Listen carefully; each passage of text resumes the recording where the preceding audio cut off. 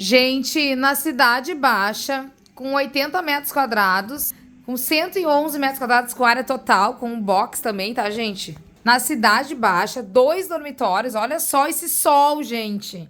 Agora são 15 horas da tarde. Olha o que é esse solzinho delícia. Tá? Na Cidade Baixa, com vaga de garagem escriturada, com suíte. Em prédio novo, praticamente. Um dos mais novos aqui da Cidade Baixa. Olha o que é essa suíte. Maravigold. Gás central. O outro ângulo do dormitório. Dormitório 2 é andar super alto, tá, gente? O condomínio tá na faixa de R$700. Mas olha o que é essa vista, gente.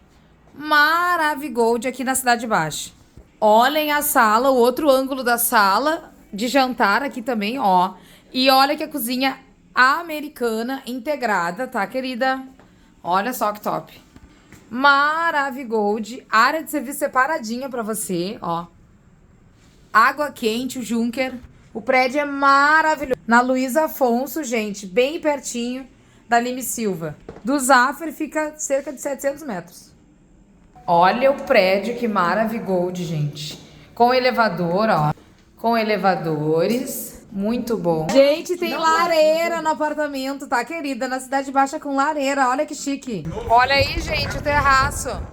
Olha o terraço, gente. Que Maravigold. Tá, querida? Na Cidade Baixa com garagem, com esse terraço coletivo. Com churrasqueira, pro teu churrasquinho de domingo. Olha aí, gente, piscina. Muito bom o apartamento.